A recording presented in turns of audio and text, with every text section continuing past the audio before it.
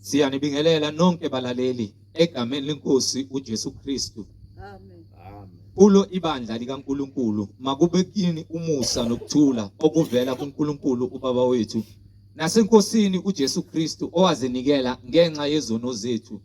Siyanxusa njengokuba kunxusa uNkulunkulu emazulwini ukuba nibe namaBhayibheli njengamanje nilalele ivangeli lombuso wezulu egameni likaJesu Kristu oyinkosi nomsindisi. Sizocela kubo bonke abantu abalalela ukuthi nonke nibe namaBhayibheli ukuze sonke sizofunda kanye sibe nokuqonda imibhalo engcwele njengoba sishunyayezwa nanjengoba sifundiswa njengamanje ukufinyelela eqinisweni elindlela neqiniso nokuphila izwi lenkosi uJesu Kristu.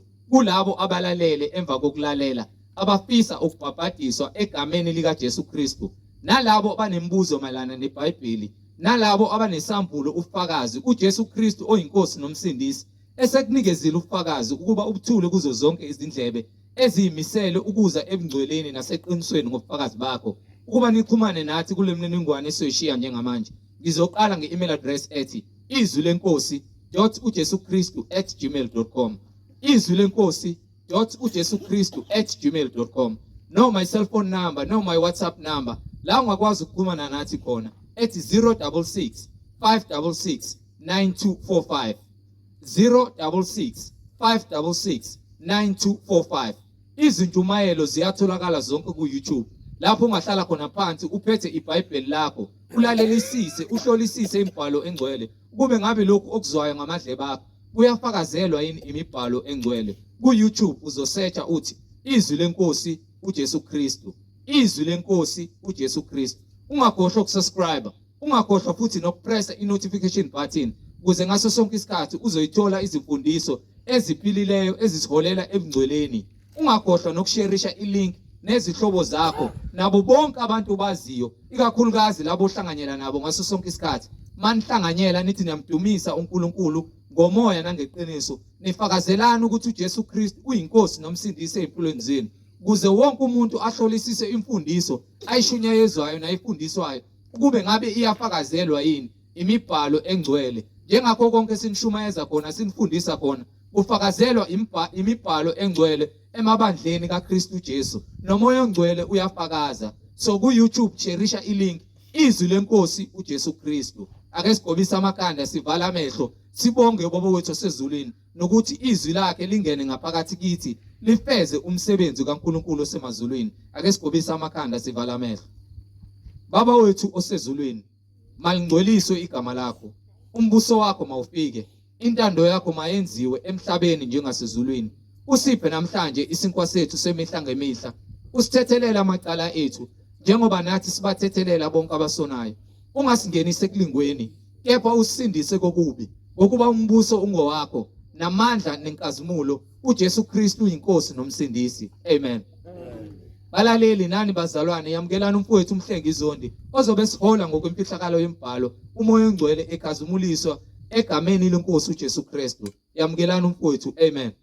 Amen. Sanibingelela bazalwane egameni lenkosi uJesu Kristu umnini mandla onke, inkosi yokuphila. Amen.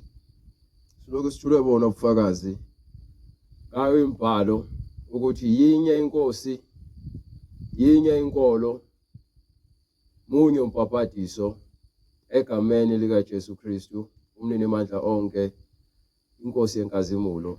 Silokhu simbonga uNkulunkulu njalo ngomusa neqiniso asenzele wona, kungekona ukuhlakanipha kwethu kepha kuwumusa wakhe awuphakele bonke abantu osanele sonke ukuba uma sizwa izwi lakhe namuhla singaqinisi inhliziyo zethu kepha samukele amazwi okuphila. iBhayibheli aliyona inkolo yomuntu kepha amazwi kaNkulunkulu.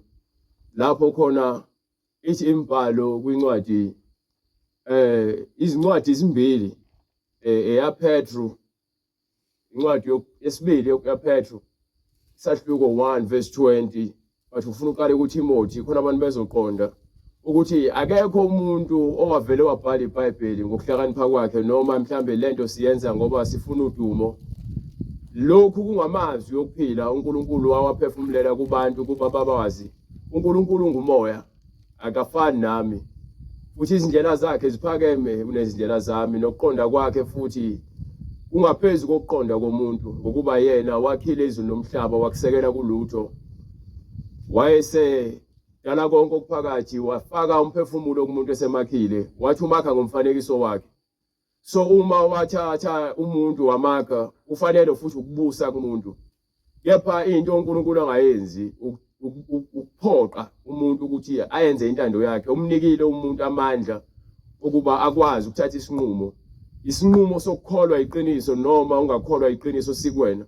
Kepha insindiso eyanombani ofuna ukukholwa ngokomoya nangokweqiniso. Ukukholwa ngokomoya nangokweqiniso. Ukukholwa yizwi ngokuba izwi lingumoya.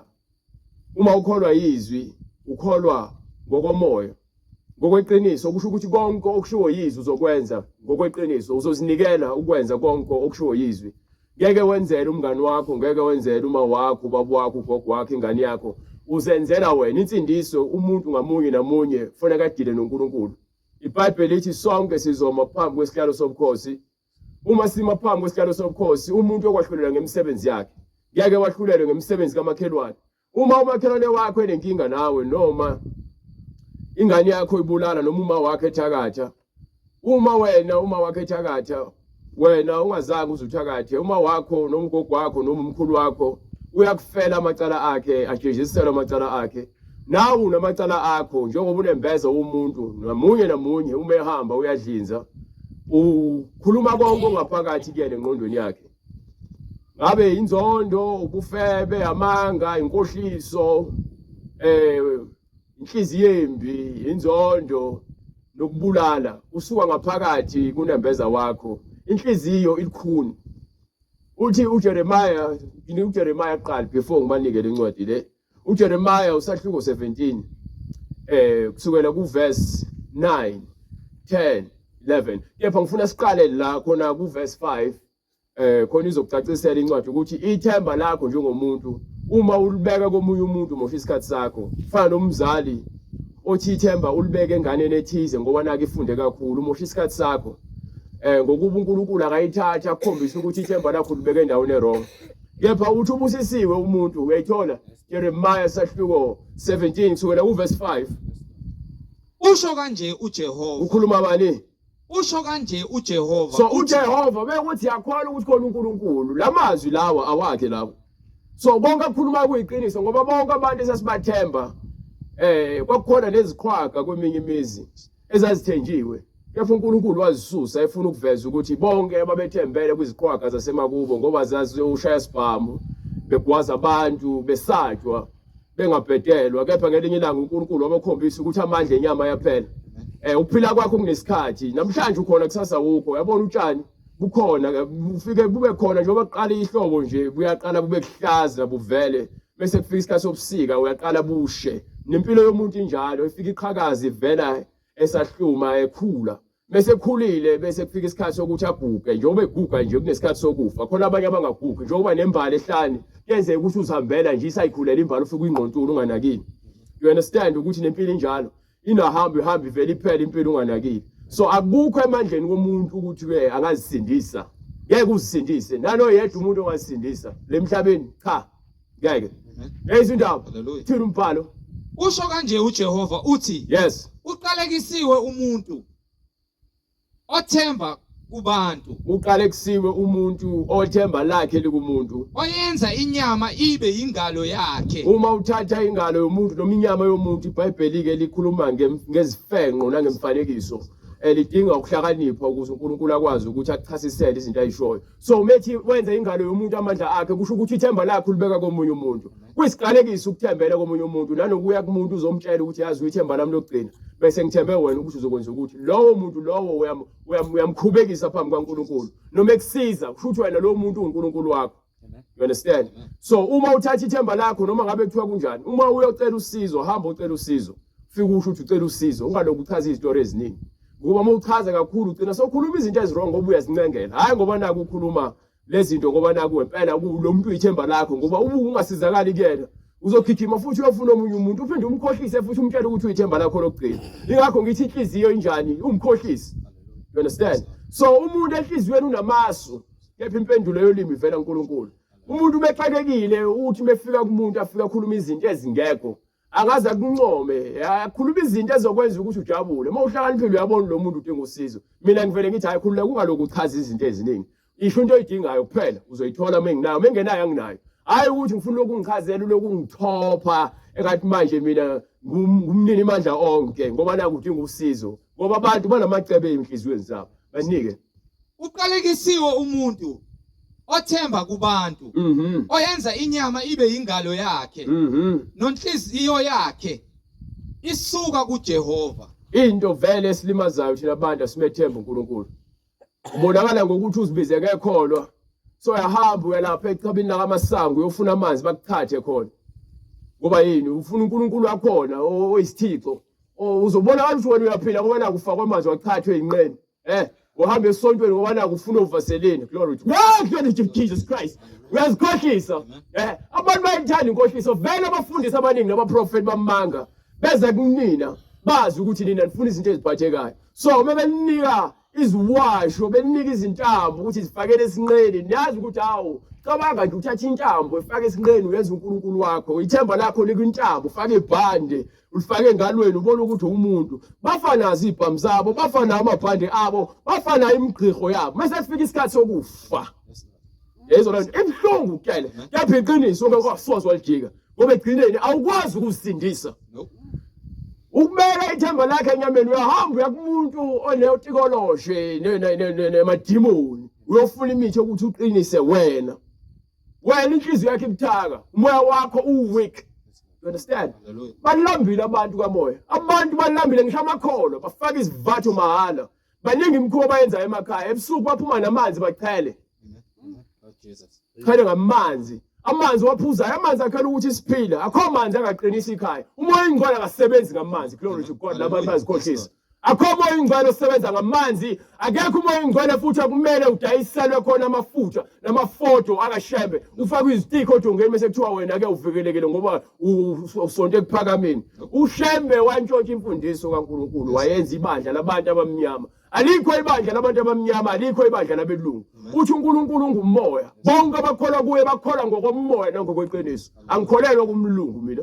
Umlungu uyisoni, umlungu uyisifebe, umlungu ungumbulali, umlungu ungumkhohlisi. Njengoba bonke abantu nabo abantu abamnyama bekhona bababulali nabakhohlisi neziphingi. Nabelungu kanjalo wonke into amandiya. You understand? So ayikho into ngathi wayikhomba kwesinye isizwe ngale ncwadi le. Incwadi le engcwele. Ayifave umuntu, ayithatha amacala. Bewuthi wena ufuna ezothatha amacala ethi hayi ngifune eyabantu abamnyama ngoba mina ngumZulu. EyamaZulu eyasathane kutshela mina.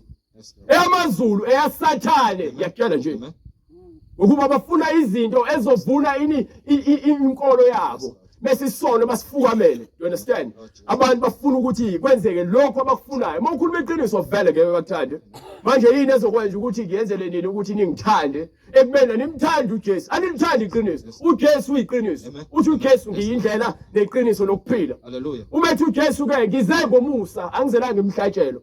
Uma ukuthi uyakholwa noma ufuna ukukholwa wena unenkinga nomunye umuntu kepha uthi uyayisontweni uyoguqa lapha ukhale enkosini ukuthi kuthethelele izono zakho. Wena uhlule ukuthethelela umuntu momubona uyancapha, momubona uyancipha, momubona inhliziyo yakhe ilikhulu.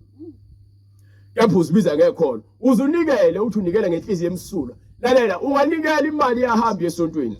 Ingcweliswe imali. Kepha wena umphefumulo wakho wena uboshiwe ngoba yini uhlule ukwenza into esimple ukuthethelela. Lithi iBhayibheli ke mofunda umthandazo ithi inkosi thethelela iziphambeko zethu njengoba nathi sifuna ukufunda ukuthethelela abasonayo. Mongakwazi ukuthethelela bese uthi uyakholwa noma uyamazi uNkulunkulu umosha isikhathi sakho. uNkulunkulu ufuna inhliziyo emsulwa. Yayizi iBhayibheli lithi incwadi yaMathewu hloko 5 verse 8 ithi babusisiwe abahlambulukileyo izinhliziyo zabo ngokuba bayobona ubuso bukaNkulunkulu. Ubuso bukaNkulunkulu ngeke uzubone ngabehla enyama. Kepha inkazimulo yakhe iyavela kuwena bese ukholwa. Yabona lesikhathi ususa lomsindo nalesindo sokubamba inhliziyo ebhlungu nokusaba. Yabona ukusaba kuvela kuSathane. uSathane uletha ukwesaba kubantu bese bethatha izinqumo eziphambene, izinqumo zokuhamba nekubathandazi ngoba uzwile kuthiwa ukuphila kulapha kulo mthandazi. izinqumo zokuthi wena uhambe uyothwala ngoba uzwile ukuthi indlela yokuceba ukuthi uhambe uyothwala izinqumo zokuthi wena fanele kuhlabe ukuze uzoceba izinto lezo ozenza ukholwa ukuthi izokwenzeka so mekwenzeka uceba ubona ukuthi hayi lento iyona ngoba yini wena usebenzela ini okuphathekayo mina ngisebenzela umphefumulo wami ukuthi uphile. You understand? So mawufuna insindiso ngelinye ilanga mawukuthi ngelinye ilanga kuyenzeka ukuthi ufuna ukusindiswa understand ukuthi uJesu akazange ukuzokwamukela izikhiye zemoto ngalinga uzikhohlisa lokho fanele ukusebenzele kepha awunakudayisa umphefumulo wakho ngenxa yemoto ngenxa yendlu enkulu ngenxa yemali ngenxa yesikhundla ngeke udayise umphefumulo wakho. Uthini uMathewu? Incwadi ngokukaMathewu isahluko 6:5 verse 8 qala from verse 7. Babusisiwe abanesihawu. Babusisiwe ayalizwe iBhayibheli lithini? Akusho babusisiwe abelungu abanesihawu. Likhuluma ngenhliziyo yomuntu. uNkulunkulu uhlola ini? Inhliziyo. Akakhethi ukuthi ngabe inhliziyo yabani. Inhliziyo zamakhosi uDavide wayihlola inhliziyo yakhe. You understand? Solomon wayihlola inhliziyo yakhe. uAhabe wayihlola inhliziyo yakhe. Bonke ababengamakhosi wabavezele ukuthi inhliziyo zabo zinjani. You understand? uDavide siyathola ukuthi uNkulunkulu wayemthanda kepha wona. You understand? Walala nomfazi womuntu emva kwalokho wabulalisa indoda yabantu. Emva kwalokho waphinde futhi wafelwa ingane. Waphinde futhi wabala isizwe engafanele. Ngenxa yokuthi ke usekhukhumela uNkulunkulu yasikhombisa ukuthi akekho lemhlabeni ongaphezulu kwakhe. uJesu kuphela wafika lingana noNkulunkulu ngokuzithoba. uNkulunkulu uthobekile. Ufuna inhliziyo ezinjani ezithobekile. Ingakho uJesu ememeza ethi wozani kimina nonke nini enikhathileyo ngiza kuniphumuza. Lethani imithwalo yenu phambi kwami nithathe ijoko lami ngokuba isono siyasinda mzalwane. Masukhathele ukwisono sokuthi ulobe ulala nabafana abahlukene nokuthi ulale namantombazana abahlukene amaningi lokuzibiza ngesisoko nawe uzibiza ngentombi ubufebe lowo ulala ungashadile ngaphambi komshado uyisifebe. Uphume emshadweni washiya unkosikazi wakho washiya indoda yakho olala ngaphandle uyisiphingi. You understand? So umshado uhloniphekile kubona bonke abantu kepha ukuphinga iziphingi nezifebe uNkulunkulu uyakuzahlulela. You understand? So angeke ungitshela ukuthi wena hayi ungifebelile. No. Lithi iBhayibheli unkosikazi wakho uMakeShiya akahlale ngaganile. Likhuluma nabantu abangcwele. Umuntu ongekho ngcwele uzoyibona ingekho lento. Uzothi hayi akaphinde kubo ahamba ufuna omunye unkosikazi nomunye unkosikazi ohamba ugana ngaphandle. Umshado wakho uqale wona uNkulunkulu awaziyo ngokuba lo muntu kuthiwa ke ninyamanye nawo. So angikho lapho ngisokutshela nje ukuthi babusisiwe abantu abanesihawu abantu abanozwela abakwazi ukuthethelela. You understand? Babusisiwe abanenhliziyo ehlanzekileyo. Yes. Ngokuba babusisiwe abanenhliziyo. Babusisiwe abanesihawu ngokuba bayakuhawukelwa. Babusisiwe abathethelelayo ngoba nabo bayakuthethelelwa. Babusisiwe abanezinhliziyo ezihlanzekileyo ngokuba bayekubona ubuso bukaNkulunkulu. Inhliziyo ehlanzekile mzalwane, inhliziyo engafihli lutho olungcolile. Inhliziyo evunayo, evumayo izono zayo. Inhliziyo akuphela kusho ukuthi ngoba naku wena wenza kahle phambi kwabantu so ulungile ekufihlakaleni wenza imkhuba. Amakholo amaningi ayakholwa phambi kwabantu babe ngcwele kepha mase kufikana ngale emva kwezicapha ugwayi utshwala amanga inkohliso ukuhleba inzondo nobufebe. Lezo zinto lezo bazenza bahle phambi kwabantu bathenga ubuso babantu noma kuthiwa wenza isono wafihla leso sono siyakudla ngaphakathi siyakubulala ngaphakathi ububo benzayo. Mawazi kahle ukuthi uphule umthetho noma wenze into engalungile leyo nto yakudla ngaphakathi angikhathali ukuthi ungathi uyifihle kangakanani kepha uthi uNkulunkulu kwincwadi yamaHebheru sahluko 4 verse 12 ufuna nje ukuthi understand ukuthi uNkulunkulu wenza njani ngamandla akhe. Ingakho ungakwazi ukuthola ukuthula. You understand? Umuntu wafike athiwe kuyena ungalali ungakushadi ahamba ayolala yena bese ethola ukuthi ukhulelwe bese ahamba ukhipha isisu usewumbulali lo muntu. You understand? Uyahamba wena uyofaka i-contraceptive noma uyohlela isibeletho sakho ukuze ungazali khona uzofeba kahle. Wena nje uphule umthetho kaNkulunkulu uthi uNkulunkulu uzalana nandi ngenxa ukuthi uyazi ukuthi wena uyafeba. Ingakho uhambe wayovala isibeletho sakho ngoba ufuna ukukhohlakala kahle. You understand? So ukukhohlakala ngeke ukufihle ngoba uNkulunkulu uyakwambula egcineni. Uzongamithi kepha uzogula egcineni mhlawumbe ingculazi izokuthola.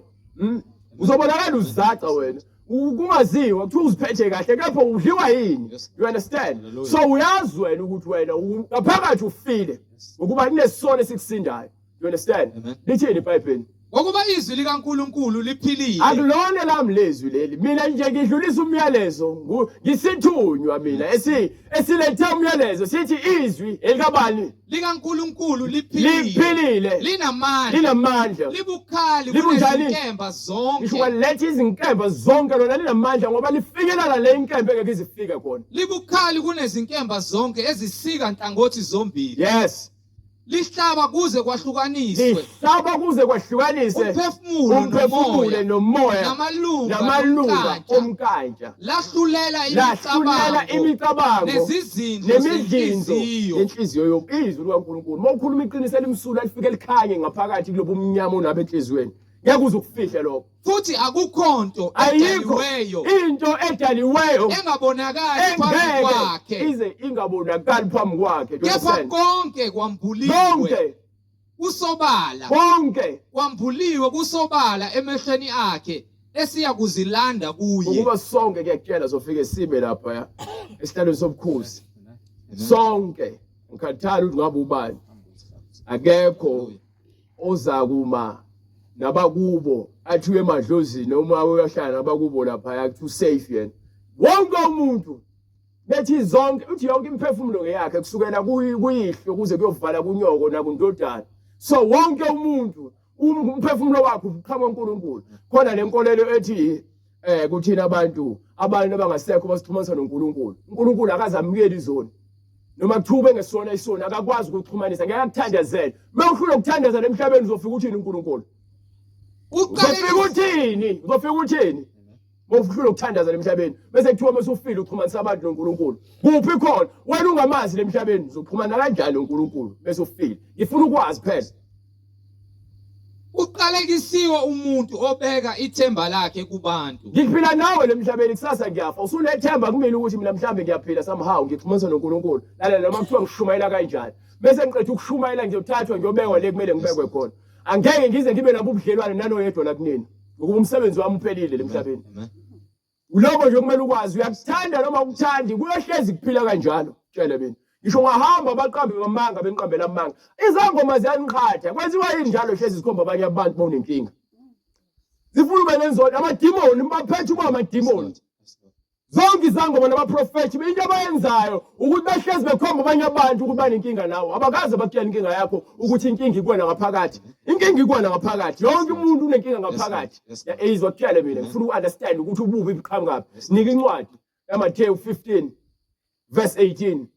Kwanza understand abantu labo banamanga njalo bahlezi bekutshela ngokhokho abangasekho umakhelwane waka left umakhelwane waka right umakhelwane wakho oseduze nawe umfowenu ongaziwa naye wena njalo unenkinga nabantu wena ngenxa yezangoma ezinamanga zinamanga kutshele mina and lokho kukhanyiswa uJesu uma weqiniso. You understand? Banike Yebo kuphuma emlonyeni. Konke okuphuma emlomeni Kuvela enhlizweni. Kuvela kuphi? Enhlizweni. Konke okuphuma emlomeni kuvela enhlizweni. Lokho ke kuyamngcolisa umuntu. So yonke imicabango naye engasile iyakungcolisa wena muntu. Ngokuba enhlizweni kuvela izizindlo ezimbi. Inhliziyo yomuntu igcwele imidlinzo emibi. Ukubulala. Ukuphinga, ubufebe, ukweba, ukufakaza amanga, ukuba ufakaze ezindabeni zabantu, ufakaza amanga, uhlambalaza, ukhuluma izinto ongazazi, ukhuluma izinto ngongaqondi. Yilezi zinto izona ke izinto lezi ezimngcolisayo umuntu. So akakokhonjwa umuntu ukhonjwa inhliziyo yakho, ukhulunywa ngomuntu, wonke umuntu ungumuntu. Waqala ukhomba abanye abantu kusho ukuthi yonke leminye ibhekwele wena nawu lenkinga uqobo lwakho yabona kuyena ufuneke melithi iBhayibheli ke lapha kwincwadi yamaroma sahluko 12 ngisho verse 16 17 ngifuna understand lithini iBhayibheli and then bese uzahlulele wena ngoba yabona njalo le ndaba le ukuthi uhamba ubheka abantu abakubuka kabi labantu abakuzondayo nabantu abakuthakathayo umthakatho omkhulu wena Ukuba vele mesebe uthi wena ukhona ukubathakathini na uyofuna imithi uthakathe. Shuthi abathakathi nonke. Understand? Glory to God, mosha isikhathi. Incwadi ngoba seRoma isahluko 12 verse 16. Yes. Manibe enhliziyonye. Masibe njani? Manibe enhliziyonye. So manje iBhayibheli manje masibe enhliziyonye alikhuluma injini namasithanda nendini. Kwenziwa yini ukuthi unothanda umakhelwane umncishe uzomnika ukudla okubolile nokudla okudala. Wena uzodla ukudla okufresh.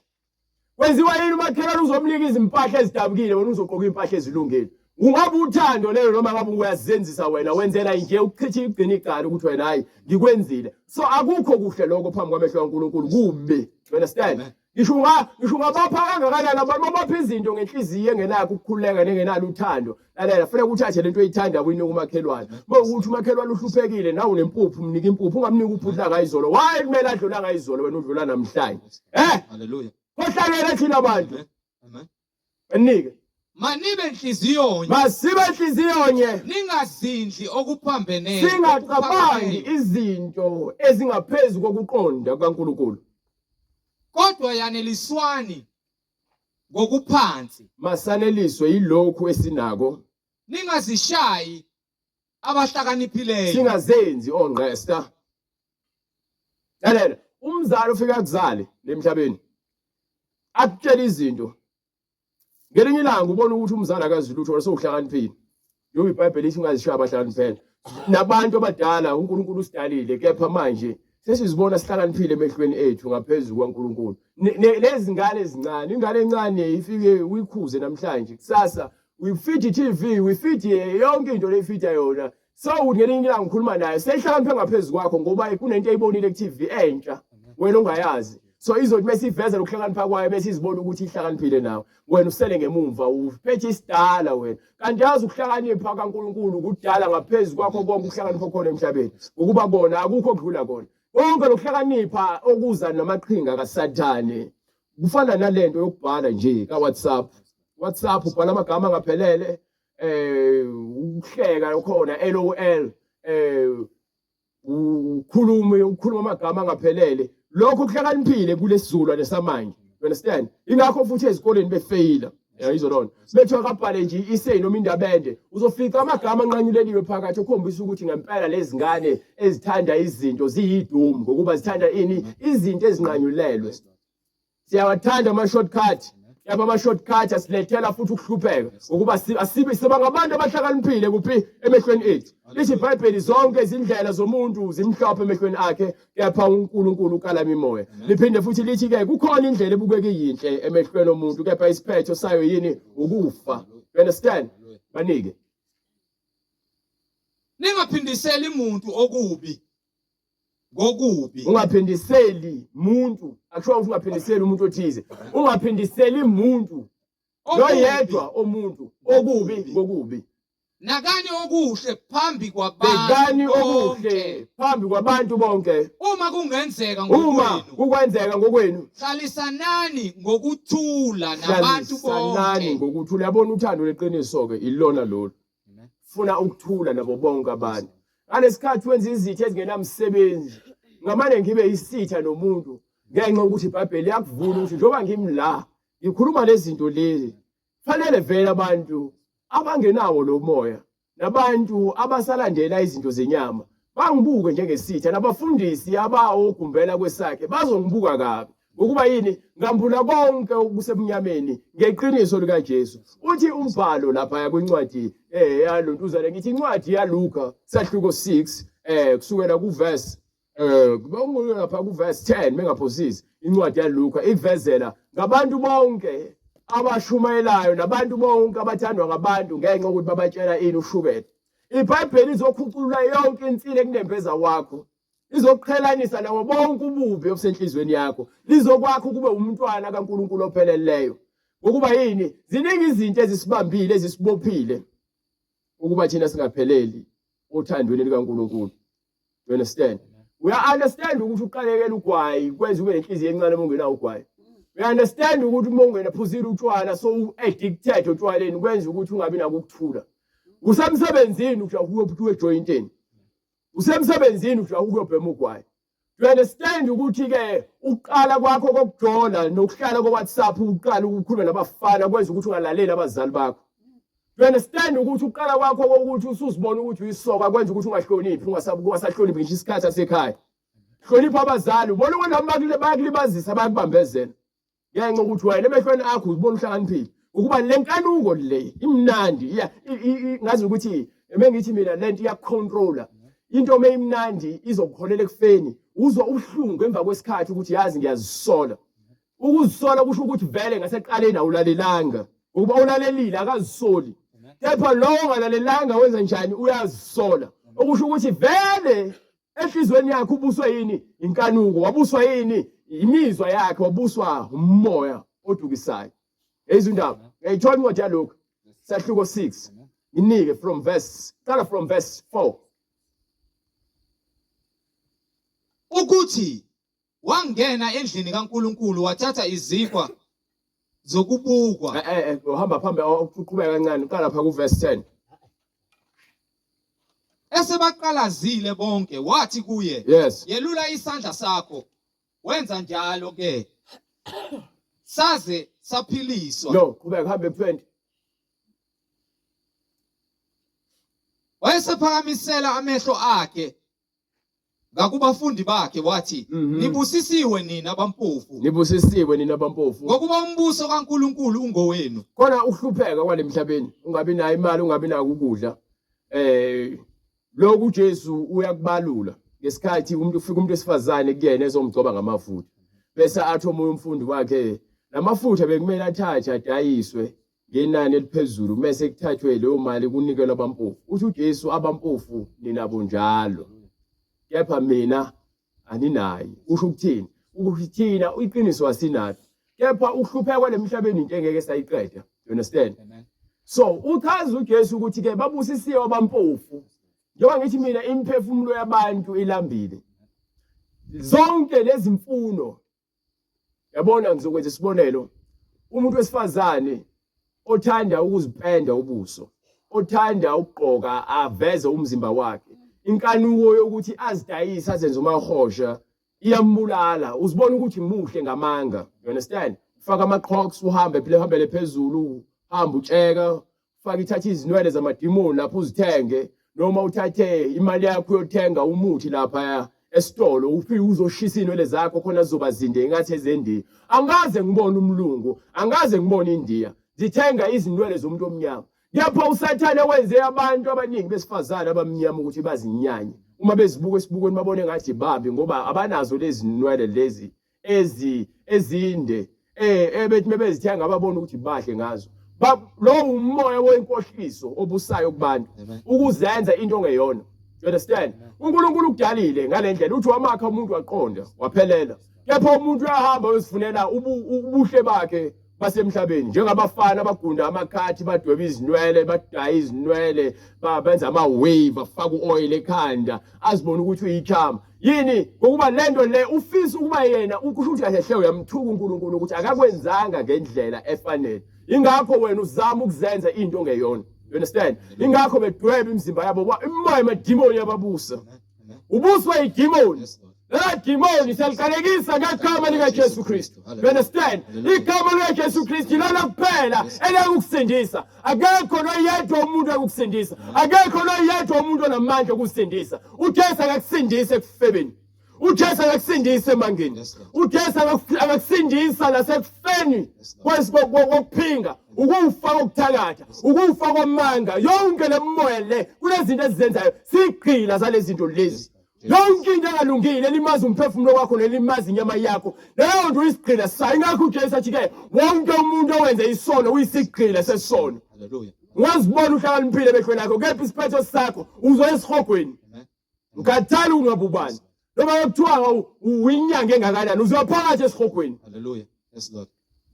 Yonke into engafuna ukuthobela uJesu izoya esihogweni. Angidlali futhi. You understand? Ungangihleka ukucabanga ukuthi lokhu ukudlala. Lonke bema isinempu uyaphakathi esihogweni. Hallelujah.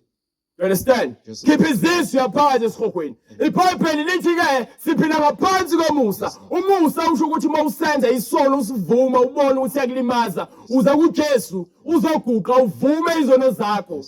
Uyakusindiswa. Kusho ukuthi mesishumayela ivangeli lokuphenduka sibizela abantu ukuthi bahlukane nezinto ezibabophela kuphesonweni. Ivangeli lensindiso libula kulabo ababhubhayo kepha kulabo abasindiswayo lingwamandla kaNkulunkulu. Ingakho ke ngishumayela ngathi usuku lami lokugcina ngoba ngiyazi vele ukuthi ke yonke into engathi le emhlabeni sibambelele kuyona sizofa sishiye ngemumva. Ufike unqule emhlabeni lokuhamba kwakho kunjalo uzohamba unqunu. You understand? Noma unganemali efika ezulwini noma unganezimoto ezisuka ziyovala eBhulu uzoshiya la ngemumva. Ngoba ngangcoba nayo imoto bangcobela ukuthi uyidrivele kuyona esikhogweni. Hallelujah. You understand? Yes, Lord. Ngisho ngicela ngebhokisi legolide umphefumulo wakho ungalungela uNkulunkulu uyaphakathi esikhogweni. Akekho ozoya emsamo. Nope. Noma shisa impepho bashisa amakhandlela noma bakhanyisela ngimosha isikhathi sakho. Yes, Lord. Yes, Lord. Isibani sikhanya manje kuphila. Amen. Amen. Banika incwadi yaMateyu. Incwadi yaMateyu sahluko 5 verse 18 and 19. Ngokuba ngiqinisile ngithi kini kuze kudlule izulu nomhlaba akusoze kwadlula gamana linye nasicashana sinye somthetho Wonke amazwi abhalwe la kule Bible fanele agcwaliseke ukuze kuzodlula umhlaba nezulu. Amen. Kuze konke okuphakathi kepha ke wonke amagama kule Bible wonke fanele agcwaliseke kuze kufezeke kuze konke. kufezeke konke. Ngakho ke oweqa owodwa kule miyalo Uma weka emincinyane, owodwa kule miyalo emincanyana. afundise abantu kanjalo Yes. kuya kuthiwa omncinyane embusweni wezulu. Kepha oyigcinayo ayifundise yilowo oyakuthiwa mukhulu embusweni wezulu. Uma kwenzeka ngithi ngisengifundisa ngeBhayibheli bese kuba khona engizokweqa. Yithi ngoba nako ngifuna ukubona izihlalo zigcwele noma ngithi mengakhe indlu ngifuna abantu bagcwale esontweni noma ngifuna imali yomnikelo. So ngithi hayi umuntu esifazana ayikho inkinga angambozi ikhanda meze esontweni. Angambozi ikhanda mekhuleka. Ungeza namacici akho nebhlukwe lakho uNkulunkulu ukuthanda unjalo siphila ngaphansi komusa. You understand mengithi umusa isikhathi osinikiweyo sokuthi wena ucabange ubukisisa impilo yakho ukuze mawuphenduka ungezukwenza umsebenzi eminingi ukuthi nje uzoza kuJesu uzoguqa ufike ucela into ethelele bese emva kwaloko uqala ukuphila impilo yabelo. Mina ngifanele ukuthi ngigcine ngifundise bonke abantu into ephakathi eBhayibhelini ngingakhethi. You understand? iBhayibheli akulona indawo le khona ukudlala khona uMasigosi. Ngokudlala uMasigosi lemhlabeni ubone ngathi uyaphumelela. Uthi uNkulunkulu bonke abantu abangeza ubanikele ekubuleni babo. Yezo lona banike. Ngokuba ngithi kini Yes. uma ukulunga kwenu kungadluli okwababhali Uma ukulunga okwabaFarisi, kwethu kungadluli awungithi nje bekhulunywa ngababhali ukhulunywa ngabantu ababebhala izinto zomthetho nabaFarisi abantu ababagcinisa abantu umthetho kepha bona bebengagcina umthetho. So ukulunga akufanele silungele ukuthi thina sikhomba abantu ukuthi benze izinto kepha thina singazenzi. Wena ofanele uqala ube isibani. You understand? Yes, Lord. Banike. uma ukulunga kwenu kungadluli okwababhali nokwabaFarisi, Yes. anisoze nangena embusweni Ngeke kaNkulunkulu. ungene embusweni kaNkulunkulu ufiza abantu bezosindiswa wena kepha uphila impilo yokuganga. Nizwile kwathiwa kwabasendulo ungabulali, Ungabulali. yilowo nalowo obulalayo uyakuba necala lokwahlulelwa. Yes.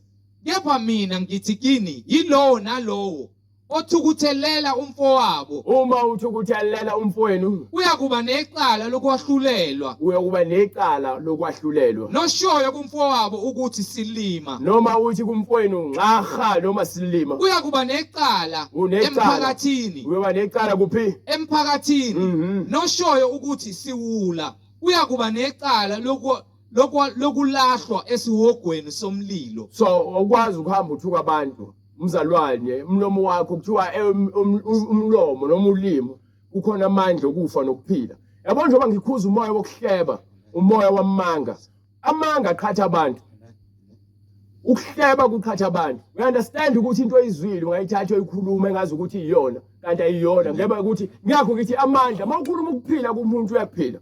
umuntu egula uphilise ngezwi amazwi kuthiwa yini umoya ophilisayo uthi uJesu amazwi lawa angukuphila you understand so sikhuluma amazwi okuphila thina njengoba sahlulela abantu sahlulela ini imisebenzi yenyama esiphuma kuyona imisebenzi yenyama siyazi yasihlula vele so mase utshelwa ngemisebenzi yenhliziyo yakho ubona ngazi ukuthi yimini onenkinga kanti nope inhliziyo yakho ngumkhohlisi siyaqala manje iyagidisa sengakho ubuyela kule ncwadi yamatshe Jeremiah imsesokuvala manje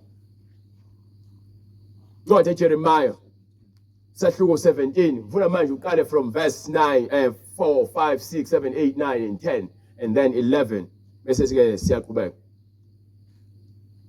uyakuba njengesihlahla esiyize ehlane umuntu othemba lakhe likumuntu ufana nesihlahla esikendaweni ugwadule angaboni ukuthi kuyeza okuhle amanzi awekho so leso sihlahla leso mekuthi ade sikuhlaza amaqaba ungayasha sihlale sine yini amagatsha omile asitheli ngokuba yini sisendaweni lapho khona kungekho khona amanzi okuphila uyakuhlala ezindaweni ezishileyo ehlane yes ezweni likaSawoti elingahlalwa muntu izwe elingahlala muntu kusho ukuthi ithemba lakho ngolibeka kumuntu ufana nesihlahla esikehlane esingatheli izithelo ezifanele ongeke uzukubona noma sekuze kuhle ngoba wena ubeke amehlo akho kubanye abantu awubekile amehlo akho kuJehova ubusisiwe umuntu othemba kuJehova ubusisiwe umuntu othemba kuJehova nothemba lakhe linguJehova nothemba lakhe uthemba kuyena nethemba lakho linguye futhi ngokuba uyakuba njengomuthi otshalwe ngasemanzini ufana nesihlahla esitshalwe kuphi ngasemanzini ozenabisa izimpande zawo ngasemfuleni usho ukuthini lo mbhalo umbhalo lo uchaza ukuthi uma ubeka ithemba lakho ekuphileni uNkulunkulu ngukuphila uNkulunkulu akanaso isiqalo akanasiphetho uma uthatha ithemba lakho ukubeka ekuphileni uyena kuphela ongakunika ukuphila njengoba ngithi mina akekho umuntu ongakusindisa lemhlabeni ngichaza lento yokuthi wena musa ukubeka ithemba lakho kubantu musa ukuthembela ezintweni eziphathekayo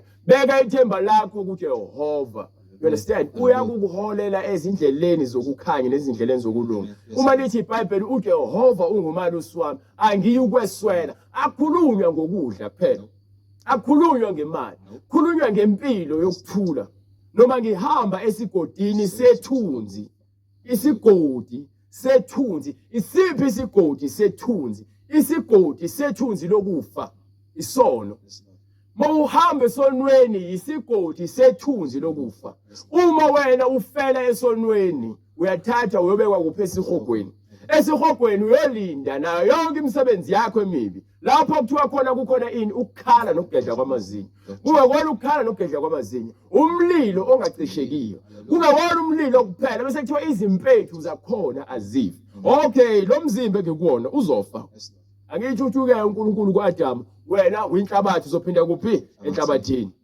kepha uthi-ke ngifake umphefumulo kumuntu waba umuntu ophilayo so kunomuntu kamoya lo muntu kamoya kuNkulunkulu lo muntu lowo ufana nomuntu ophelele umuntu kamoya umuntu wenkazimulo ufana nomuntu ophelele so njengoba nithi niyakholwa kubantu abangasekho nikholelwa kwimoya so lo moya niyakuthemba ukuthi iyaphila kepha uNkulunkulu uthi ngeyakhe yena uyayisebenzisa so uma ethi-ke intukuthelo ephenjiwe phansi kwabafileyo iza kuqeda umhlaba wonke nezintaba zakhona ukuthi konke okuziphakamisayo nabantu abangezwa bazophelela kuphi kwintukuthelo kaNkulunkulu iyini ungumlilo ingakho iBhayibheli lithi uNkulunkulu ungumlilo njani oqothulayo yonke into ezibona iphakeme uthi uyakuyehlisa so-ke lapha-ke esihogweni intukuthelo kaNkulunkulu lapho khona umlilo kwakhona ongacisheki nalo mzimba wakhe engikhuluma ngawo ngithi wenkazimulo ilapho-ke kuyobudliwa khona izimpethu uzwe ubuhlungu ungakwazi ubuzwe lemhlabeni you understand lobo ubuhlungu esibuzwayo besikhashana lobo esizobuhlangana nabo ngalesikhathi esifo kwaphakade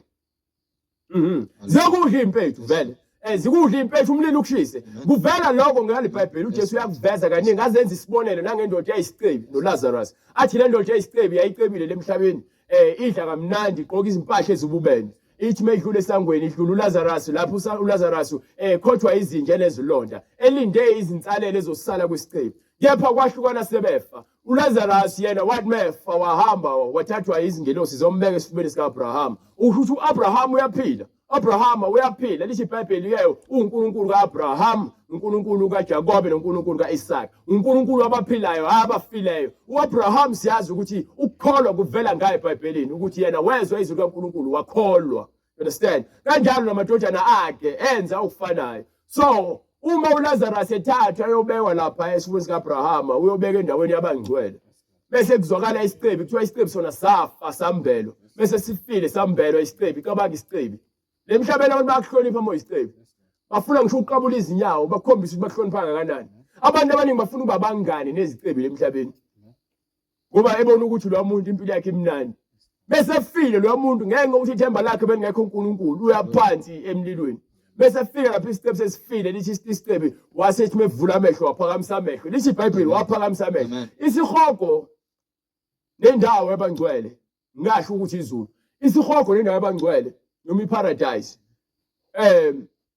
Kuyinto engathi mhlambe ngathi imkanje methi uphakamisa amehlo mhlambe uzobheka phezulu mhlambe uzothi uvula amehlo aphamba into kanje ukuba indawo yabantu ababoshiwe indawo yabantu abanjani abangcwele kubhole eBhayibhelini hayi ukuthi mhlambe kuhlukene kakhulu ngizokuvezela incwadi kaLuka sahluko 16 lapho khona sithi iBhayibheli uthi uAbraham phakathi kwami nawe kunegeba incwadi ngokukaLuka isahluko 16 verse 22. Yes.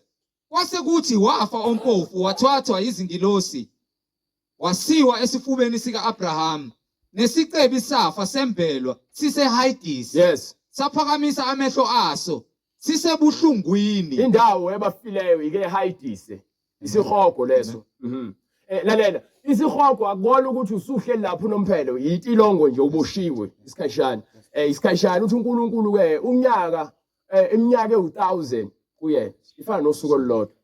Usuku olulodwa lufana neminyaka e1000. Usho ukuthini? Usho ukuthi uNkulunkulu akekho noyedwa umuntu lemhlabeni osaqedwe usuku naye. Yazi ijulile lento ngizokuzama ukuchazela before uqhubeka. uAdam wafa no930. Bo akekho umuntu ohlanganisa 1000 years ibona bonke abantu bangaphambili. So uAdam akaqeda usuku usho ukuthi nje u1000 years noNkulunkulu lemhlabeni. Sukela kuyena ke kuze kube namhlanje akekho oyobuya kwazi ukuqeda u1000 years nosuku noNkulunkulu. So thina sike sibona ngathi 220 umuntu usephilile emdala nope.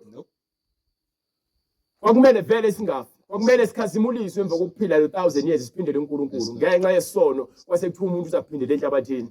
You understand? uEnoch akakubonanga ukufa, uElijah akakubonanga ukufa, wathathwa wahlwithwa yena ke waphendulwa nesiphepho hayi ukuthi wakhazimuliswa njengoJesu. uJesu wakubona ukufa wakuzwa ukufa ezonqobela thina ukufa. uJesu lemhlabeni uze ukuzonqobela izizwe zonke ukufa ngokuba zonke izizwe zibuswa yini isono. So simelwe thina ukunqoba ini isono. Ngofuna ukwazi ukuthi imfundiso yeBhayibheli ikhuluma ngani ikhuluma ngomuntu ophule umthetho kaNkulunkulu okumele abuyele endleleni kaNkulunkulu ukuba umuntu usezinikele kuphesonweni.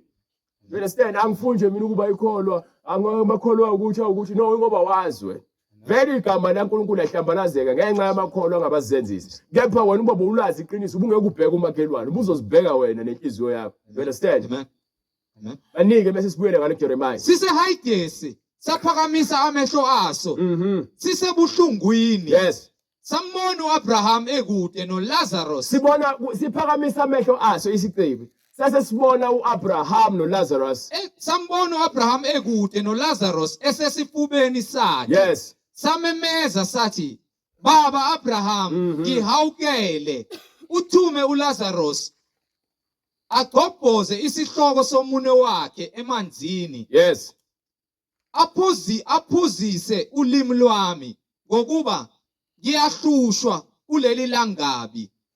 Kepha uAbraham wathi, ndodana, khumbula ukuba wamukela okuhle kwakho usesekuphileni noLazarus kanjalo okubi. Kodwa manje uyaduduzwa yena lapha. Wena uyahlushwa. Nangaphezulu kwakho konke lokho kubekwe umhosha omkhulu phakathi kwethu nani ukuba abafuna ukusuka lapho baye kini bangakwenzi. Nangaphezulu kwakho konke lokho kubekiwe umhosha omkhulu phakathi kwethu nani ukuba abafuna ukusuka lapha baye kini bangakwenze bangekwenze ngeke bakwazi ukuwela bayosindisa noma bavakashela abantu abasesihogweni nabalapho nalabo abasesihogweni bangaweli kithi. ezindaba. So iBhayibheli liyacacisela ukuthi lemhlabeni unganomkhwenyana ushadile naye esindisiwe wena ungasindisiwe nithandana lemhlabeni bese kuthathwa sekufile bekuthi awusindiswanga omunye usindisiwe uzoya kulabo abasindisiwe lo uzosala la esihogweni. Yebo uzobufisa ukuyahamba uya kulabo abangaphesheya but ngeke kwenzeke ngenxa ukuthi awusakwazi ukuzicontrola wena. So uma uthi uyafa noma usufile umphefumulo wakho akusewona wakho njengoba namhlanje siyachoma ngithi mawutshelwa wena uyazitshela wena ngithi nawe uyaziphakamisa uyagoloza awugolozeli mina wena ugolozela ukuphila kwakho wena. Yabona uma utshelwa kuthiwa utshwala kuzokubulala ama drugs akuzokubulala mawuthi wena uzothi phambi kwami ngekukwenza mhlambe let's say ngumfundisi mhlambe uthi wena hayi phambi kwamfundisi ngeke ngikwenze okubi angiyena uNkulunkulu uzwile iBhayibheli incwadi abaHebheru isho uNkulunkulu ayikho into efihlakele phambi kwakhe. Kunabantu abaningi abazenza amakhola kepha ngale ecasheni benza imikhuba kaSathane ngoba bethi bacashela abantu lalela uNkulunkulu uyakubona noma kuthiwa wenzani.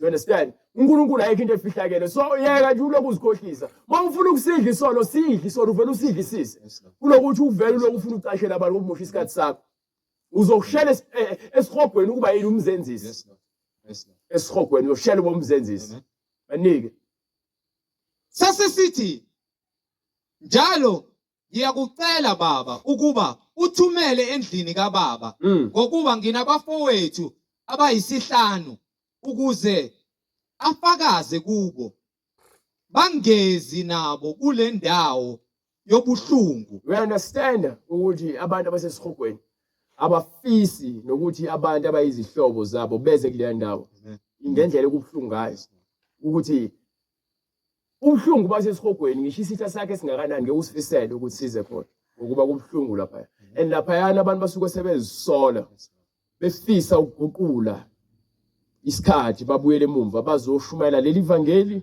noma bazozondwa abantu noma bazozama ukuthi baphile impilo engcono lingasekho ithuba okwangonaphakade kungesekho ukuphenduka. Yazi vele ivangeli leli lidelelekile nokukhuluma ngento ongazi ubekuyona lalela lithi iBhayibheli sinokufakaza ubungaka obusihaqileyo usukela kuAbraham uze uzofika kuJohane uMbhaphatisi bayafakaza nemisebenzi uNkulunkulu ayenzayo efakazayo ngalo izwi lakhe hayi ngokwami. So iBhayibheli alikhulumi noma mhlambe likhulunyiswe yimina liyazikhulumela likhuluma ngomoya alikhulumi ngokwamhlingi kuba kuyangami ngabe sizikhulumela sonke siyazwana kamnandi ngisi akekho inkinga nomunye bathi iqiniso leli liyashaya shaya umuntu ngayedwa ngisho ungazaba ukuzenza isigora ugijima ulift ufaka amabhande uphathe izibhamu ubugaxa amabhande bathi iqiniso lona lifike lishaya isigora sifike sikali singalandani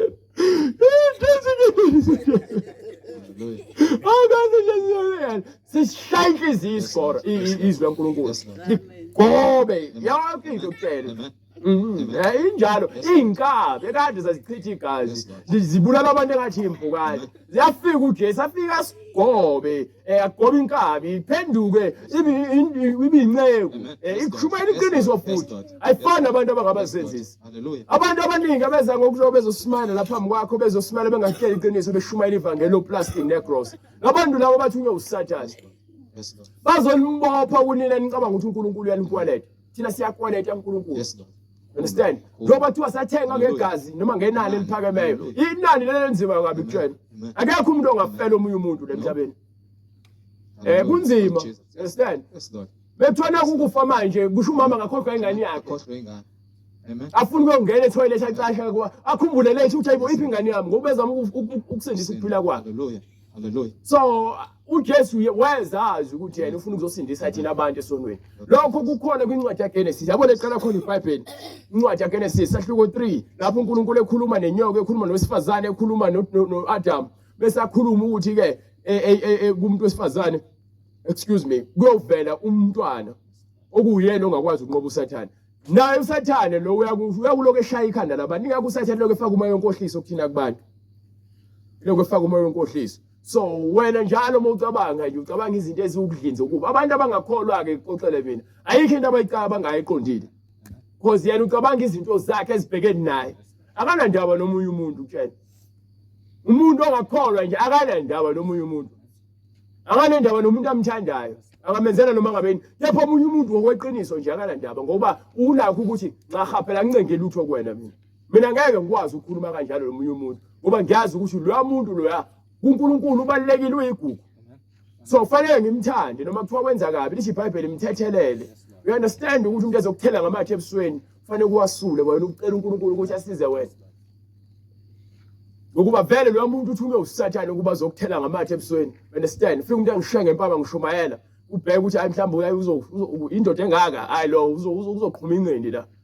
Bese ngithi mina uNkulunkulu umthethelela akakwazi ukwenzayo. Kuthiwa awusiwulu umuntu ekushiya ngempama kanje wena usho kanje. Awuyigwala man. Hayi lo Jesu akakuvikeli lalela. Uthi uwahlulela ukwakhe. Imfundiselo eyakhe. You understand? Akuyona yami. Lemhlabeni impi ayikazi solve neyodwa inkinga lemhlabeni. Ngiyakutshela mina. Miningi imndeni ichithekile ngenxa yokuthi omunye washaya ngempama, wakhala wafika kube ekhala, waphuma umfana kubo, wani befike lapha bafike nabamdubula. Kwasuka abafana kuwo, kwasuka abafana abangane, kwasuka impi, yaphela imizi. Jesus. You understand? Ngizama ukukuchazela ayakhona olothu udlame lokho solve inkinga. You understand? So akufanele sizikhohlise singabantu siloke sizitshela izinto ezingekho. Awuqhubeke ke manje ubuyele incwadi eJeremiah bright kumele sivale manje. iBhayibheli incwadi yamaqiniso. Ufuna ukukhululwa kumphefumulweni wakho, ufuna ukusindiswa, ufuna ukuphila impilo lokuthula, thatha iBhayibheli, thola umuntu ozokufundisa ngokuqonda iBhayibheli. Ukuvakashela esontweni ngathi ngoba naku uye esontweni uhleli lapha yawo uphungula izono zakho umosha isikhathi sakho.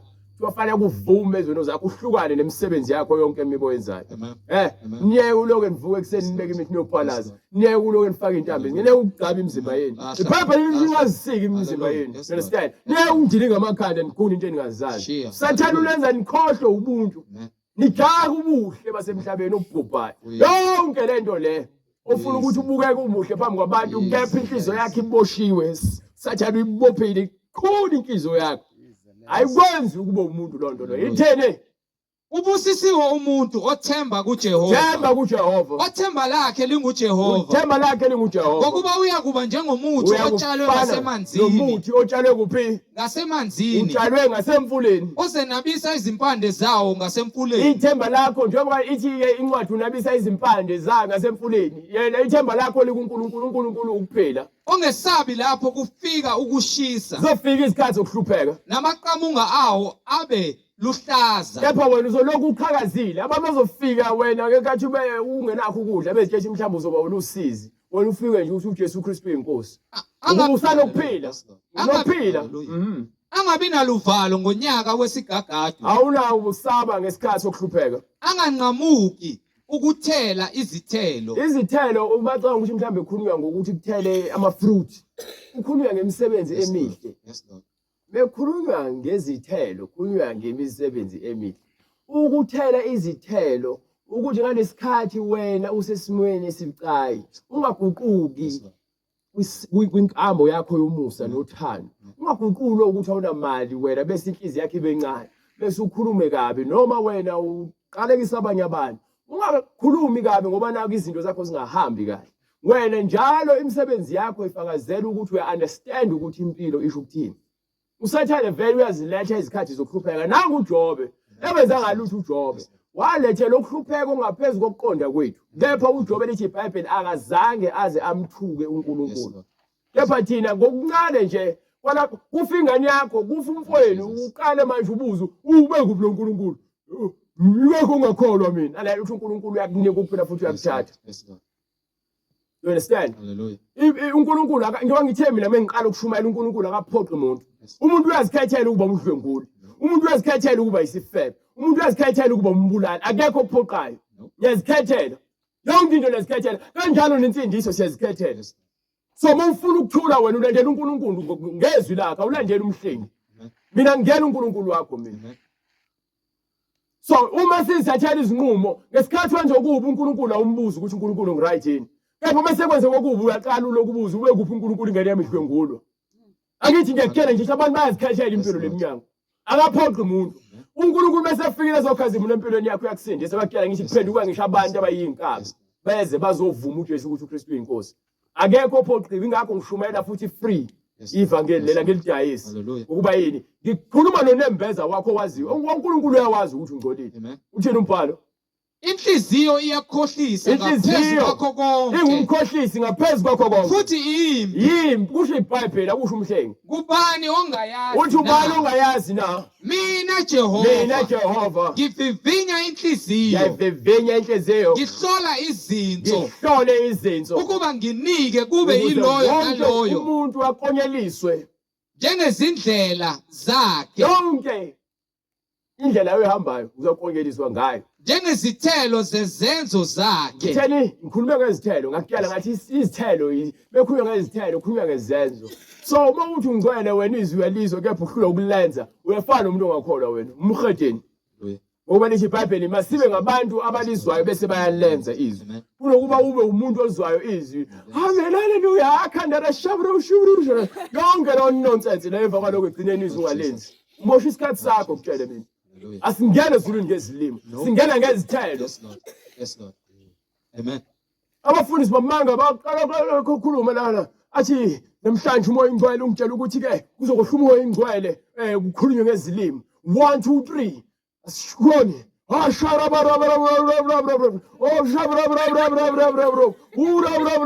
abantu bagingqike phansi barola abantu ukhumuka amawiki kuvela amaphenti ngenxa bakhohliswa umfundisi banikhohlisa banifuza wonke umoya enkohliso lo nikholwe yibona Amen. Amen. ngoba yini nina nikholwa izinto enizitshelwa abantu mekuthiwa kuvula iBhayibheli Yes. abantu baqala bathi hayi wena nje unodlame nje ningeloshumayela ukhombisa uthando lalela uthando ukushaya kwesono Yes, Lord. lithi iBhayibheli lapha kwincwadi incwadi lapha athi uyifunda ngithi ke incwadi yamaHebheru lapho khona uma ukuthi obaba bethu basishayela emhlabeni basishaya ngoswazi basishayela nje ukuthi silunge kwesikhashana lapho kangakanani uNkulunkulu ofuna ukuthi ulunge wangonaphakade so mesizobizwa emngcoleni asizelanga ukuzongcengwa ukuthi ke hayi phela bazalwane ngiyacela nje ningoni hayi uNkulunkulu uyanithanda uma ubona nje one kancane phela kweze kusindisa ayikho lonto le sono siyanuka phambi koNkulunkulu siyanuka yabo nje bethi indawo yabafileyo isihogo kunezimpethu uyacanga ukuthi impethu ayiveli KK noma enyameni ephilayo sanda kuyihlinza manje ivela kwinyama ebolile ngithi so kanjalo nesono lemhlabeni njengoba usika siyanuka phambi koNkulunkulu wena ubolile wena stand lengishoyo bazothi ngithatha lo lengishoyo ubolile imisebenzi yakho oyenzayo ngifuna unginike incwadi yaIsaya sahluko 1 verse 1 to 3 and 4 funa ukutyala nje ukuthi uNkulunkulu ukubuka kanjani njengomuntu oyisoni bekubuka Incwadi uIsaya isahluko sokuqala ivesi lokuqala. yes Umbono kaIsaya indodana kaAmose awubonayo ngoJuda neJerusalem emihleni kaUziya noJotham noAhazi noHezekiya amakhosi akwaJuda. Yizwa mazulu, yizwani mazulu ubeke indlebe mhlaba, ubeke indlebe mhlaba ngokuba uJehova ukhuluma uthi, utheni ngikhulisile ngiphakamisile abantwana, ngikhulisile ngaphakamisa abantwana kepha bangihlubuka, besebenza njani bangihlubuka, baphume endleleni bangihlubukile. yes Inkabi iyamazi umniniyo, inkabi uma umalusi inkomo yakhe yakwazi nemphongolo umkhombe womnikazi wayo. yes U-Israyeli akayazi, kepha abantu abakhulayo abasamazi uNkulunkulu isizwe sami asiqondi. yes Awusizwe esonayo, isizwe esigcwele ini sizwe esonayo, isizwe esikhuluma ngesono uNkulunkulu abantu abasindwe ngububi, abantu abagcwele ububi kuyasinda ububi nzalo yababi, inzalo yabantu ababi bantwana abonakeleyo, abantwana abonakeleyo bamshiyile uJehova, yayizindaba ingcolisa umuntu yini ebolisa umuntu yini umuntu oshiya uNkulunkulu bamshiyile uJehova, yes bamdelele ongcwele kaIsrayeli, badelela uNkulunkulu babuyele emumva. basebebuyela ezonweni zabo Ningabe nisashaywa kuphi? uthi ke yikuphi le ngasashaya khona uNkulunkulu bese kuvele sekonakele Nisaqhubeka ukwambuka na? yes Lonke ikhanda liyagula, uthi ikhanda lonke kusho ukuthi mekuyibandla kuqala kumfundisi kuze kuyophuma kubalandeli bakhe kugula ikhanda lonke lonke ikhanda liyagula, yes nayo yonke inhliziyo ibuthakathaka inhliziyo ibuthakathaka kusukela ematheni onyawo kuze kube sekhanda yes akukho ukuphelele akukho okuphelele ngamanxeba nje amanxeba nemivimbo nemidwa emisha sebeshayela abantu abeza ubona ushaya ingane uyishayela ukuthi thiwe hey wena yekela ukufeba wena yekela ukuganga ithi bese uyishayile ngathi ingane yabhebhetheka kakhulu ekufebeni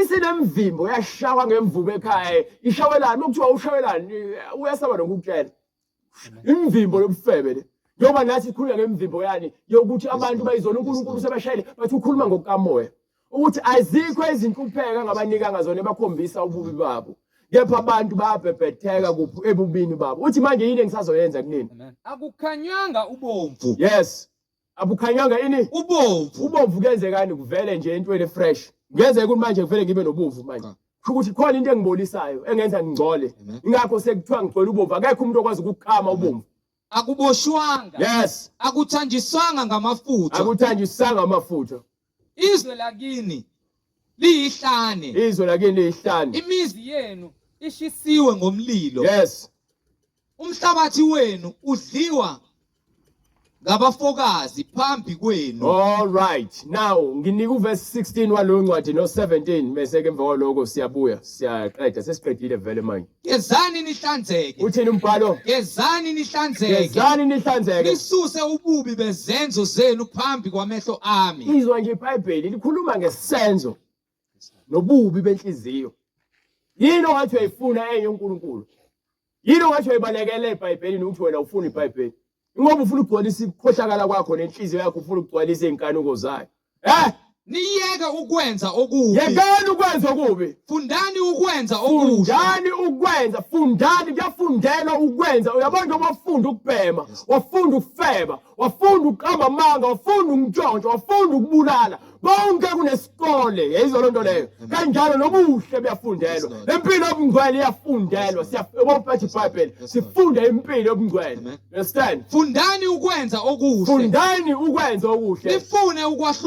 nifune ukwahlulela niqondise ukwahlulela kusho ukuthi awunakuthatha amacala mendaba zabantu awungithanda ukuthi uyangazi ukuthi ngiyamazi umhlengi uNkulunkulu ufuna uqala uyizwe indaba bese wahlulela ngokuhlakaniphile ukuthi cha u-wrong noma kuthiwa uyangazi ukuthi ungazi kangakanani ungitshela mengi-wrong ngi-wrong ungangifihleli ngoba naku ukuthi usaba ukuthi mina ngizokuzonda baningi abantu abanabangane abaziyiwula nabo ngoba bahlezi bevumela ubula babo ngoba uma umuntu ufuna ukwazi ukuthi umuntu umtshele into njengoba injalo ungamfihleli kuyosiza umphefumulo wakho uyakubonga amehlakaniphile uyolwa nawe meyisiwula banike nifune ukwahlulela niqondise abacindezeli bonke abantu ababusayo emhlabeni sibatshele ukuthi lithi iBhayibheli mabaye kuzikhukhumeza lezo lonto leyo bacindezela abantu abanibusala abantu bepolitiki laba beza kunina bezofuna amavoti ukuze bahlale ehlaleni eziphakemeyo bese emva kwaloko banidlulele emgaqweni baniqambela amanga banithembisa zonke izethembiso lezi banenzela u1 no2 no3 bese bayagcina kepha nina nihlezi nilindile hayi imisebenzi ayikho hayi unekuthi hayi emadolobheni emsebenzini bahlezi beteleka baxoshwa emsebenzini niqondise abacindezeli fanele ukukhuluma iqiniso nabo bonke abantu yonke into edaliwe emhlabeni ngikhuluma nayo mina ngikhethi understand lithi iBhayibheli kwakhisho abapostoli ejele lasethi umoya ingcwele hambani ethempelini yokukhuluma wonke amazwi aloku kuphila amazwi okuphila lawo esiwakhulumayo nahlulele izintandane nimele abafelokazi wozani ke sithethe indaba manje umoya ingcwele wozani ke sikhuluma indaba usho uJehova usho umoya ingcwele noma izono zenu zibomvu kakhulu izono zakho zingakanani ziya kuba mhlophe njengeqhwa uma nje wena uza kuNkulunkulu uzovuma ukuxoxa naye noma zibomvu njengobubende noma kuthiwa zibomvu njengobubende ziya kuba njengoboya bezimvu uma nje wena uvuma ukuzokhuluma noNkulunkulu uthi uyakuzigeza zibe mhlophe uma nje phela indaba enokuvuma silalela futhi niyakudla okuhle kwezwe indaba ke inawe ngamunye ayikho indaba nathi indaba ukuthi uya esontweni hayi lama awukholelwa nje omunye umuntu uyasindiswa wena hayi cha mina ngakubi right yabona kuyela umoya kaSathane ukhuluma ngomakhelwane wakho unganakile akufunakala uSathane azaqhamuka njengesilwane uqhamuka kwesinye isikhathi ngesisoka yabo kunezinto ezikhulunywa umuntu engazikhulumi ngokuqonda yabona nje sike sithi siyongena emanzini encome siyobhabhadisa umuntu. Usathane ukwazi ukutshela umuntu ukuthi hey lapha kunenyoka engakaze ayibone. Usemsebenzini umuntu understand ukuthi ufaka ukwesaba kuthina. Thina sihambe ngokwenyama, sihamba ngokukholwa. So ukholo lwethu lokho uNkulunkulu akuvumela sikwenze kuzokwenza akukho kuzovimba. You understand? Yepho usathane uyakwazi ukuthi afake umoya wokusaba kubantu. Asebenzise wonke amaqhinga ukuze wena akugcine nje ungakwenzanga okuyintando kaNkulunkulu. Ingakho ke sishumela leli ivangeli ukuthi abantu beze ekukhanyeni bazohamba ngokuqonda. Wayesethini uPetru? Phendukane. Yiloyo naloyo abhabhathizwe. Uthi uPetru wephendukane yilowo nalowo abhabhathizwe. Egameni likaJesu Kristu. Ukuthethelela kwezono zethu. Khona niyokwamukeliswa. Isiphiwo sikamoya oyingcwele. Ngesenu nesabantwana benu. Esaba bonke. Bonke abakude, bonke inkosi uNkulunkulu wethu eyabafakaza nangamanye amazwi amaningi obayala watheni. Zisindiseni kulesizukulwane esiphambeneyo. Zisindiseni kulesizukulwane esiphambeneyo. Ukusindisa kwakho kusho ukuthi ubalekela kulo okubizileyo awusindisi ngokwakho futhi uma ufuna ukuphepha ubalekele edwaleni elimele kwaphakade. iBhayibheli lithi ke phenduka bese uyabhabhatiswa egameni likaJesu Kristu. Abaningi batshela ukuthi ngitshela umntwana omncane ukuthi wabhabhatiswa yena emaromini emncane akakosazi isona. iBhayibheli lithi kwenza abantu bezofuna ukubhabhatiswa befuna ukwazi ukuthi yini kumele bayenze. Abantu abahlakaniphile akho ngane encane yabhabhatiswa eBhayibhelini. Ingane yayithathwa iswe etempeleni yonikelwa uNkulunkulu. Manje ingane ke manje iyanikela nasekhona kuNkulunkulu ikhulekelwe ukuthi ikhule yazi indlela kaNkulunkulu. Akho ngane ebhabhatiswayo. Lento okuthatha manje kuthiwe in the name of the Father, in the name of the Son and the Holy Ghost. Isibhabhathiso ingane idlala ngengane. Bese kuthiwa ke siqanjwe igama elisha leSingisi bese kuthiwa isine certificate. Certificate sasemhlabeni emaromini. Ezulwini ungenwa ngemsebenzi. Ubhabhathiso sokwazi ukwahlukanisa ukuthi nayi impilo engifuna ukuyiphela. Ngakho kuthiwa ke umuntu uyabhabhadiswa mase ethatha isinqumo yena. Awunakuthathela ingane yakhe isinqumo ukuthi ibhabhadiswe cha.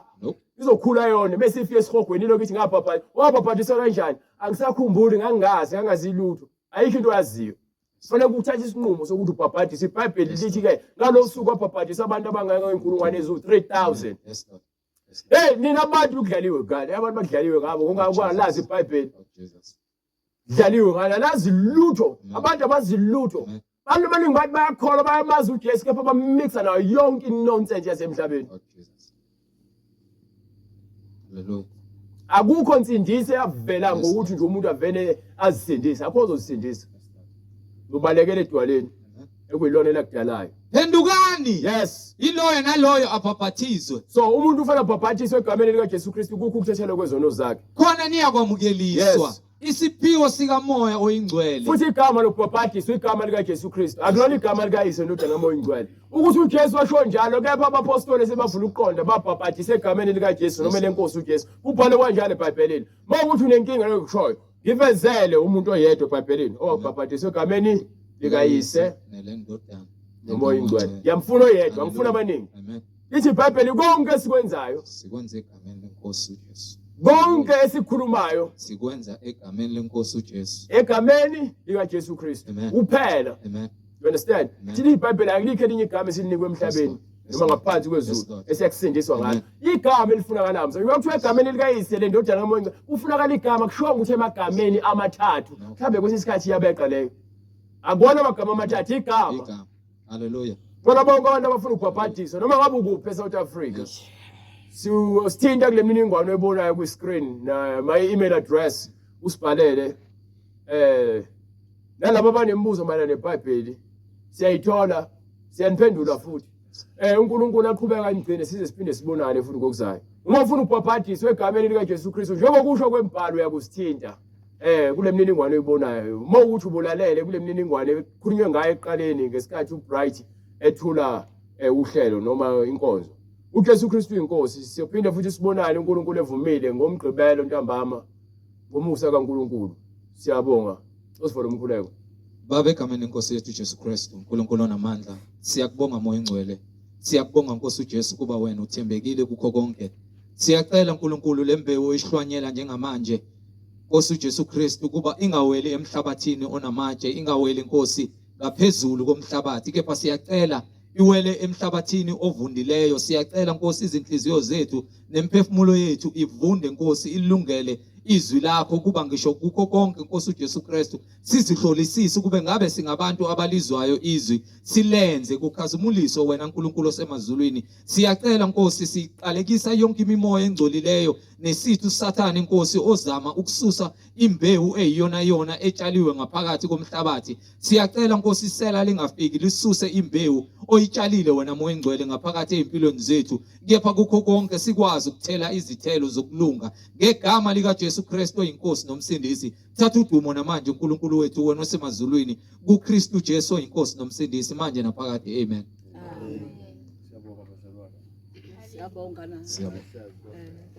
Wenze kahle wafika nawe, wenze kahle wafika nawe, sesilapha phambi kweNkosi.